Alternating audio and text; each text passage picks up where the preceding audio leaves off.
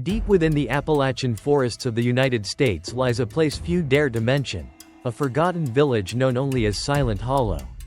Despite its tranquil name, the village has been abandoned for decades. Shrouded in darkness and dreadful mystery, locals whisper that every October, as the leaves fall and the air grows cold, a thick black mist rolls through the hollow. It appears at dusk and lingers until dawn. Regardless of weather or wind, all sound dies within the mist. No crickets chirp, no owls hoot, and not a single voice carries through. Instead, faint whispers echo. Words no one can understand, spoken in voices long dead. Those who stumble into Silent Hollow report strange figures, pale, unmoving silhouettes dressed in white. But whenever someone approaches, they vanish like smoke. There's an old Appalachian legend. If you hear the lullaby, it's already too late. Years ago, a group of thrill-seeking college students entered the village to film a documentary. They never returned. Only their camera was found, lying beneath a crumbling oak.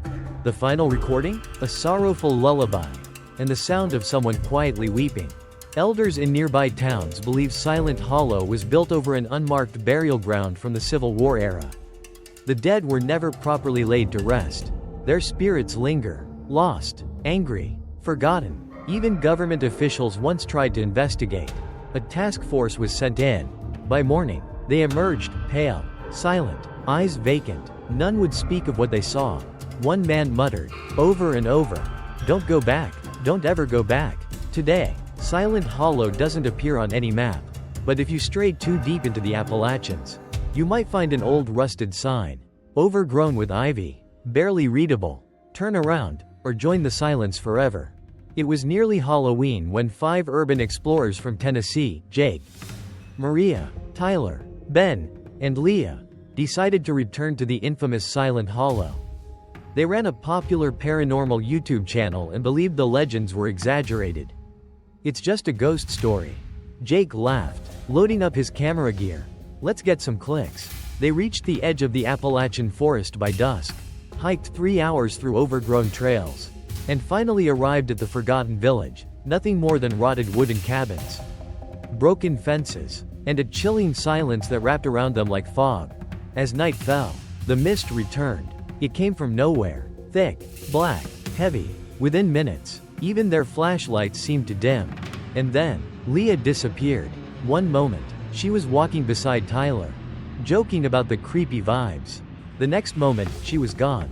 No scream, no sound. Only her flashlight lay on the ground, still turned on, spinning slowly. Panic set in. Jake shouted her name.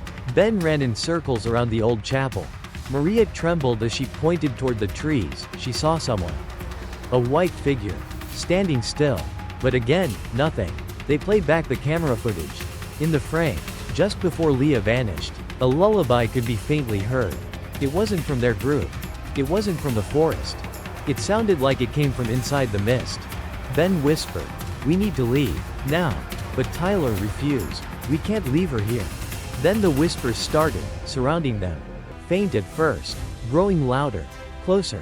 The wind didn't blow, but the trees seemed to move, closing in. Suddenly, all their devices went dead. Cameras, phones, lights. In complete darkness, they ran.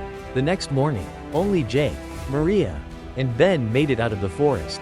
Tyler was never seen again. To this day, only Jake dares to speak about what happened. But even he refuses to describe what he saw in the mist. The only thing he says is, they were never alone in that village, and they never will be. The Silent Village, Part 3, The Body in the Mist. 3 days after escaping Silent Hollow, the remaining group, Jake, Maria, and Ben, decided to return. They couldn't leave Leah and Tyler behind. This time they came prepared, with night vision cameras, GPS trackers, and EVP recorders. But what they didn't bring was confidence, only fear. As they approached the village, the mist was already waiting, like it knew they were coming. Near the forest edge, beside a fallen tree, they found Tyler. But he wasn't alive. Tyler's body was stiff, twisted as if broken from the inside. His head was thrown back, mouth wide open in a silent scream, hands clutching his face. No blood, no sign of struggle, but his body was covered in faint handprints, small ones. embedded deep into his skin. Maria collapsed in tears. Ben froze, face pale. Jake whispered, "We never should have come back." Suddenly, the EVP recorder lit up. No one had touched it. But from its speaker came the lullaby, the same one from the final video. And along with it, a whisper. He saw what he wasn't supposed to see. The group fled, carrying Tyler's body, but in their hearts, they knew Leah was still out there, or something that used to be Leah. The Silent Village, Part 4, The Storm and the Shadows. That night, a sudden downpour trapped the group inside the forest. Jake, Maria, and Ben were forced to find shelter. They found a decaying wooden cabin in the middle of the abandoned village. The house was pitch dark, damp, and freezing. Wind howled through the cracks in the walls. They lit flashlights and huddled together. No one dared to sleep. Around midnight, strange sounds began, dry footsteps, dragging across the ceiling, but the cabin had no second floor. Maria trembled, pointing at the window. Something was watching them. Shadowy figures flickered behind the curtain of rain. They stood motionless, as if observing. Then came the whispers, some distant, some right next to them, like dozens of children laughing with hollow throats. From outside the window, a voice rose, raspy, full of hatred. "Give me back my life." The window flung open. Wind swept in, killing every light. In that instant, Jake saw a pale face pressed against the glass. It was Leah. But her eyes were black voids. Ben screamed. The front door shook violently, as if someone, or something, was trying to force it open. They barricaded the door and held their breath in the darkness, listening to scratching, moaning, and something knocking from beneath the floorboards. That night, none of them slept, and by morning, one of them was gone. The Silent Village, Part 5, The Secret of the Restless Dead. As dawn broke, Jake realized Ben was gone. The door was still locked from the inside. There were no signs of departure. Maria screamed in panic. Jake trembled but clenched his fists and stepped toward the window, summoning every ounce of courage. Outside, the mist still hung thick, but the figures remained, unmoving, watching. Jake flung the window open, his voice firm, not defiant, but resolute. "What do you want? What are you here for?" For a moment, everything fell silent. No wind, no rain, just a deep cold creeping through the air. Then a sound emerged, not one voice, but hundreds, layered into one guttural, broken whisper. "We were starved, forgotten, left to die?" Jake and Maria froze. The voice continued, clearer now, filled with pain. "The local officials locked us in, cut off supplies, afraid of disease, left the whole village to starve." Maria whispered through tears. "They didn't deserve to die like that." Then came the final voice, low and cold like the grave. "We don't seek forgiveness, we seek justice." Suddenly, Jake's flashlight flickered. On the wooden floor, in dripping red letters, words appeared. "South Forest, the truth is THERE." Jake and Maria exchanged a look. They knew that unless they uncovered the truth, they would never leave, and neither would the others. Maria dropped to her knees, tears streaming, hands clutching the cold, damp ground. Her voice trembled, but her words were sincere. "I'm sorry, I can't change the past, but I will help you find peace. I promise." The whispers ceased. The mist paused, as if watching her, then slowly began to thin. Jake stood beside Maria, nodding in agreement. They left the village at dawn, carrying a heavy promise. Upon returning to town, Maria reported everything to the local authorities, the deaths, the voices, the secret buried in the mist. But all she received was silence. An older official stared at her, then said coldly, "You shouldn't bring that up. It's old news. No one wants it reopened." Others avoided her gaze. Some even left the room when she walked in. Maria realized the truth wasn't just buried by time, it was buried by people. But she didn't back down. In her heart, the spirits were still waiting. And she had made a promise.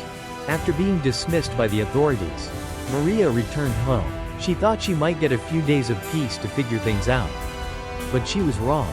That night, just as she lay down to sleep, knocking came from inside her closet. She opened it, no one. But the lights flickered out. Wind blew through a window that was tightly shut. On the wall, written in something red like blood, a sentence appeared. "You promised." Maria screamed and ran out of her room. but every door locked itself. The house was swallowed in darkness and an unnatural cold. Voices began echoing from the corners. You lied to us? You left us behind? Where is justice? Where is the truth? Maria cried out in desperation.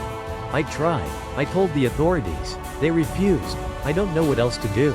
The room fell silent. But then, a figure appeared in the mirror. It was Leah. Her face twisted, eyes pitch black. She whispered, "If the living won't listen, then let the dead speak instead." Every light in the house flickered. Cracks spread across the walls. The voices echoed from under the floor, the ceiling, and inside Maria's own mind.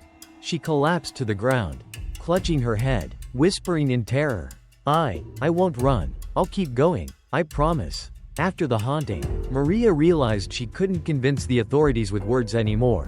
She decided to act. She began investigating, compiling names of those who once held power in the Silent Hollow area. One name stood out: Mr. Harland Beck, former village head during the time of the tragedy. Maria followed the address and stood before a grand house in a wealthy neighborhood. And then, she whispered, "They're here. This is the one you're looking for."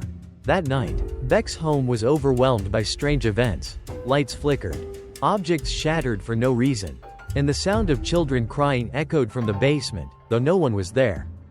His wife screamed when she saw a woman in white standing beside their grandson's crib.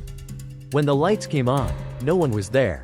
Beck began seeing faces in mirrors, gaunt, bleeding from the mouth, staring at him in silence. Voices echoed from the walls. You sealed the village. You let them die. Beck screamed through the night, calling the police. But when they arrived, they found only him sobbing in the corner, muttering, I thought they'd forget. I thought it was buried. After the night the spirits punished Mr. Beck, Maria could feel something shifting. Strange dreams haunted her every night, flashes of forest, blood, and a small hand pointing south. Maria understood, they were guiding her, and she had to go. Alone, she returned to Silent Hollow at dawn, bringing a flashlight, an old map, and a small knife. The southern forest was dark, dense, and eerily silent. No birds, no wind. After nearly an hour of hiking, she reached a sunken clearing, where tangled trees grew as if hiding something. At the center was a mound of earth, unnaturally tall, covered in roots and dead leaves. Maria began digging. Her hands trembled, her heart pounded. Not far down, a foul stench rose, and then, she struck bone. A child's skull, then a small hand, then dozens of bones tangled in rotting cloth. She collapsed, tears falling freely. But the spirits were no longer angry. A breeze stirred, leaves drifted, and a voice whispered in her mind. Thank you. At last, we are seeing. Maria pulled out her phone and began recording. This time, she wouldn't go to the authorities. She would show the world.